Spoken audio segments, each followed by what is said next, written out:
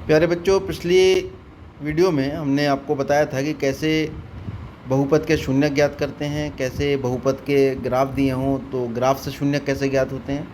ये एक्सरसाइज भी हमने आपको करने के लिए दी थी।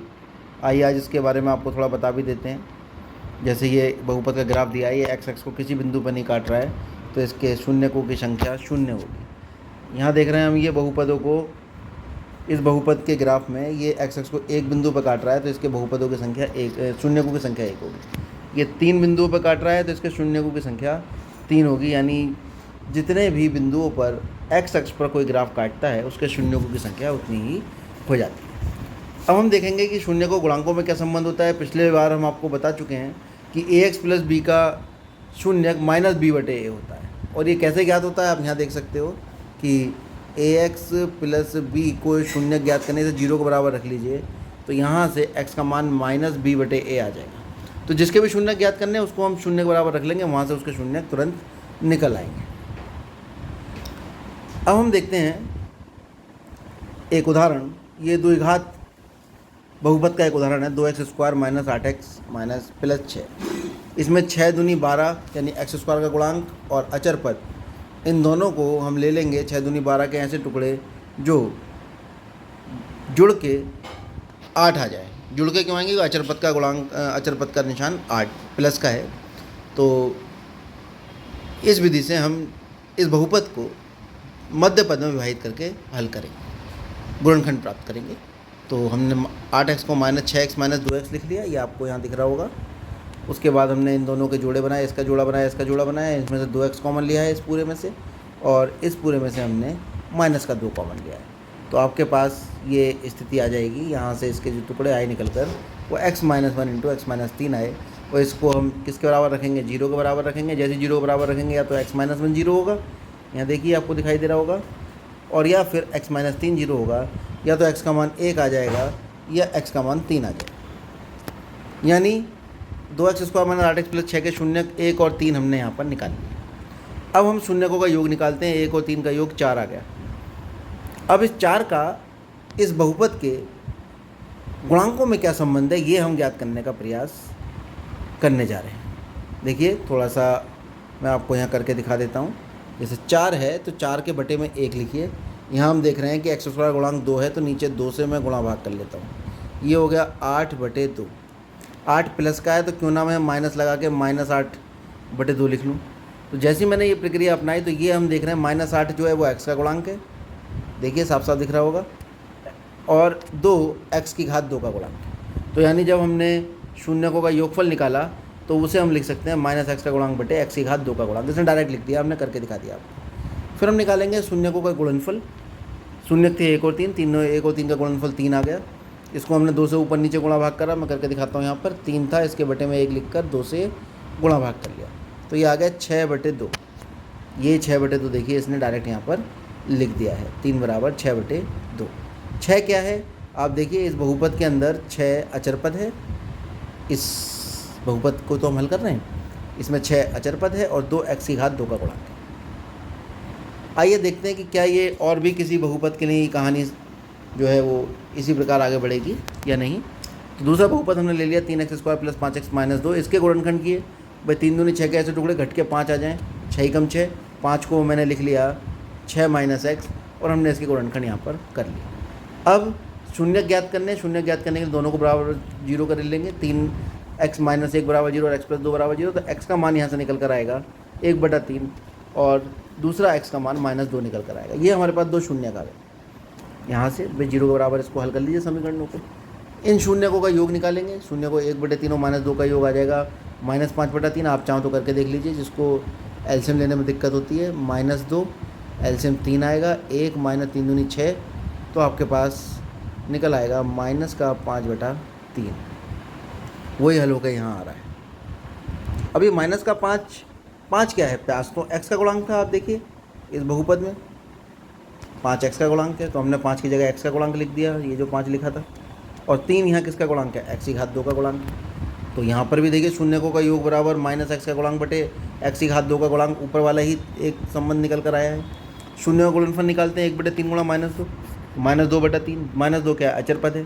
3 x की घात 2 का गुणांक है, तो फिर से हमने एक संबंध देख लिया सीधा कि शून्य का गुणनफल बराबर अचर पद बटे एक्स की घात 2 का गुणांक और शून्य का योग बराबर माइनस एक्स का गुणांक बटे एक्स की घात 2 का गुणांक। यानी अब हम इसको थोड़ा जनरलाइजेशन कर लेते हैं कि यदि हमारे पास एक द्विघात बहुपद पी एक्स बराबर एक्स की घात 2 ए एक्स की घात 2 प्लस बी एक्स प्लस सी है, तो इसके शून्य के यदि अल्फ़ा और बीटा हम मान लेते हैं, तो शून्य का अगर अल्फ़ा और बीटा हैं जो इसने पहले ही मान लिए हैं, तो इसके गुणनखंड X minus alpha into X minus beta हो जाएंगे। कक्षा 9 की जो हमने गुणनखंड फिर में पढ़ी थी वहाँ से गुणनखंड में यही होता था कि अल्फ़ा अगर शून्य है तो x minus alpha P x का गुणनखंड होगा। चलिए ठीक है, अगर ये गुणनखंड है तो ये द्विघाती गुणनखंड है, तो हमने इसे x minus alpha into X minus beta गुणा करके लिख लिया, इनकी गुणा की और गुणा करके हमारे पास ये स्थिति निकल आई जो इसके बराबर आ रही थी A X square plus B X plus C. यहाँ पे हम गुणांकों की तुलना कर लेंगे। एक्स स्क्वायर का गुणांक यहाँ के है और यहाँ एक्स का गुणांक ए है, तो आपके पास यहाँ निकल आएगा के बराबर ए। यहाँ मैं लिख रहा हूँ, ये निकल आएगा के बराबर ए और बी यहाँ एक्स का गुणांक है और यहाँ एक्स का गुणांक कितना है माइनस के गुणा अल्फ़ा प्लस बीटा। अचर पद यहाँ सी है और यहाँ अचर पद कितना है के गुणा अल्फ़ा बीटा, ये निकल आया। तो यहाँ से अगर अल्फ़ा प्लस बीटा का मान निकालें तो अल्फ़ा प्लस बीटा का जो मान हमारे पास आएगा वो आप देखिए ध्यान से, माइनस के इधर चला जाएगा, तो ये आ जाएगा माइनस के बटे माइनस बी बटे के, क्योंकि बी तो अपनी जगह रहेगा ना, बी बटे माइनस का के। और के किसके बराबर है आप देखिए, के तो ए के बराबर था, तो हम यहाँ पर लिख सकते हैं इसको अल्फ़ा प्लस बीटा बराबर माइनस बी बटा ए। और अगर अल्फ़ा बीटा निकालें, अल्फ़ा बीटा कितना निकल आएगा, हम देख रहे हैं कि अल्फ़ा बीटा है आपके पास कितना सी बराबर अल्फ़ा बीटा इंटू के, तो अल्फ़ा बीटा बराबर सी बटा के और के कितना है, के तो ए है, तो यानी अल्फ़ा बीटा का मान आपके पास निकल आया सी बटा ए। और सी क्या है अचर पद और ए क्या है एक्स की घात 2 का गुणांक, और अल्फ़ा बीटा क्या है शून्यकों का गुणनफल, और यहाँ अल्फ़ा बीटा क्या है शून्यकों का योगफल। शून्यकों का योगफल बराबर माइनस एक्स का गुणांक बटे एक्स की घात 2 का गुणांक। ये आपकी किताब में भी आगे लिखा हुआ है जो हमने यहाँ एक्सप्लेन किया है, आप इसको यहाँ से देख सकते हो, बिल्कुल यही वर्किंग है। तो अल्फ़ा प्लस बीटा बराबर निकल आएगा माइनस बी बटा ए और अल्फ़ा बीटा बराबर निकल आएगा सी बटा ए। और माइनस बी क्या है यहाँ पर एक्स का गुणांक है और एक्स की घात 2 क्या है एक्स की घात 2 का गुणांक है। तो ये आपको पूरा सूत्र अपनी कॉपी में लिख भी लेना है और याद भी करना है। जिनको सिद्ध करने की इच्छा है वो इस तरह से सिद्ध कर लेना जैसे हमने कराया, वरना सीधा सीधा इसको याद कर लीजिए सूत्र को। दोनों तरह के बच्चे होते हैं, कुछ समझ के पढ़ते हैं, कुछ डायरेक्ट याद कर लेते हैं। ये शून्य को गुणनफल का सूत्र है सी बटा ए, यानी अचर पद बटे एक्स की घात 2 का गुणांक। और ये सब कहानी किसके लिए है, ये है इसके लिए ए एक्स की घात 2 प्लस बी एक्स प्लस सी एक द्विघात बहुपद है। इस बहुपद के लिए इसके शून्य का अगर अल्फ़ा और बीटा है तो शून्य को और गुणांकों में ये संबंध के सूत्र हैं जिनको आपको अपनी कॉपी में नोट कर लेना है। ये मैं एक बार फिर आपको आपके स्क्रीन पे दिखा रहा हूँ। ये दोनों, ये मैं बॉक्स में ही बंद कर रहा हूँ, इनको आप अच्छे से अपनी कॉपी में लिख लीजिएगा। चलिए आइए आज देखते हैं इस पर सवाल किस तरह से पूछे जाते हैं। आगे बढ़ते हैं। पहला सवाल ही इसने पूछा है कि द्विघात बहुपद x square plus 7x plus 10 के शून्य का आपको ज्ञात करने हैं और शून्यकों के और गुणांकों के बीच में संबंध के सत्यता की जांच करनी है। सत्यता कौन प्रमाणित करेगा, ये जो दो सूत्र हैं इन दो सूत्रों को हमें प्रमाणित करना है इस बहुपद के लिए। चलिए देखते हैं। तो पहले बहुपद है, इसके हम गुणनखंड कर लेंगे। 10 के ऐसे टुकड़े जो जुड़ के 5 आ जाए, मैं इसको पूरा करके दिखा देता हूँ आपको। ये x square plus 7x plus 10 था, तो हम यहाँ पर 10 के ऐसे टुकड़े करेंगे जो जुड़ के 7 आ जाए, तो वो आएगा 5x प्लस 2x।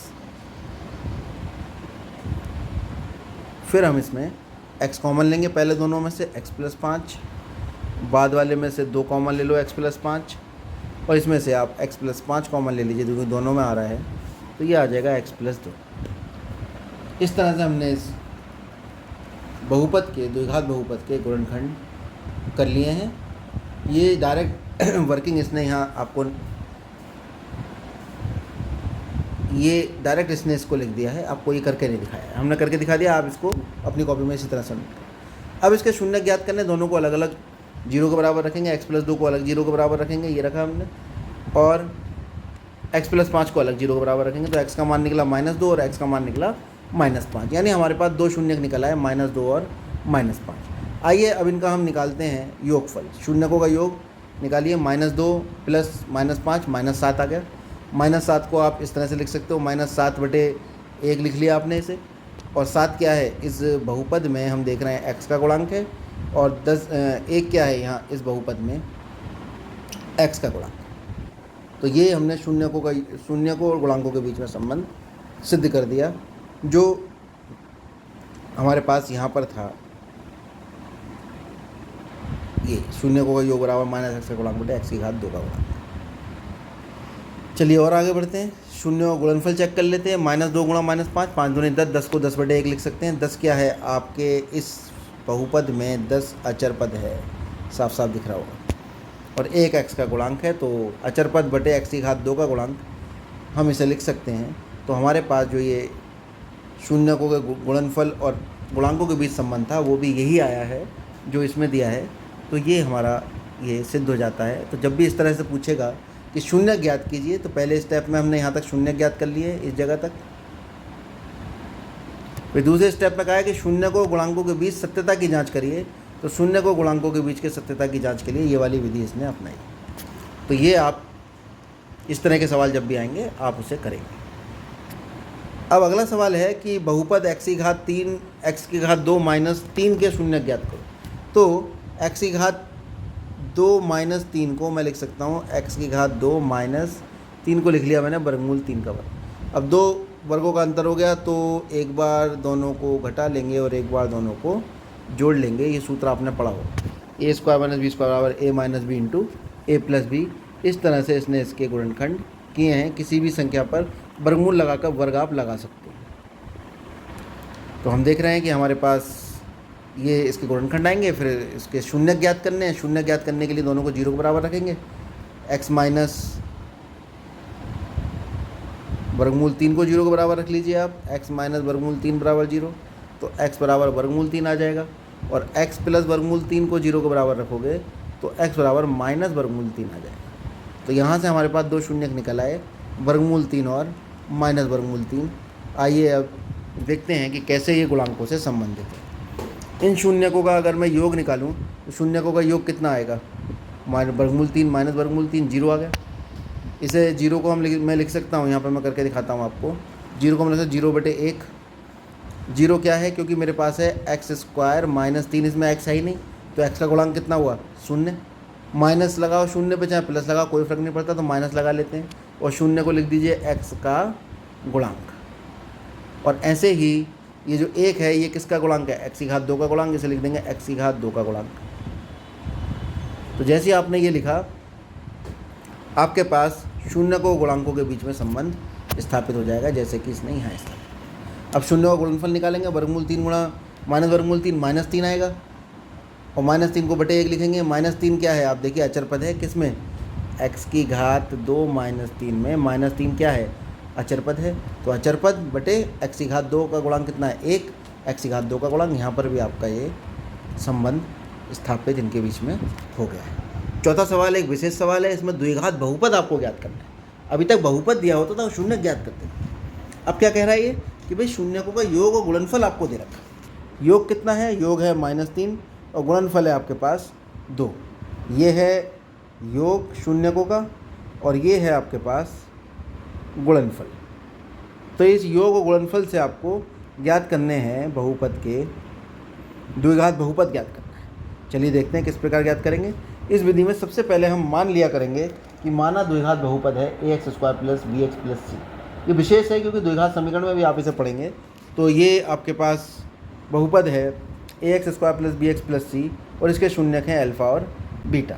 तो हम पहले शून्यकों का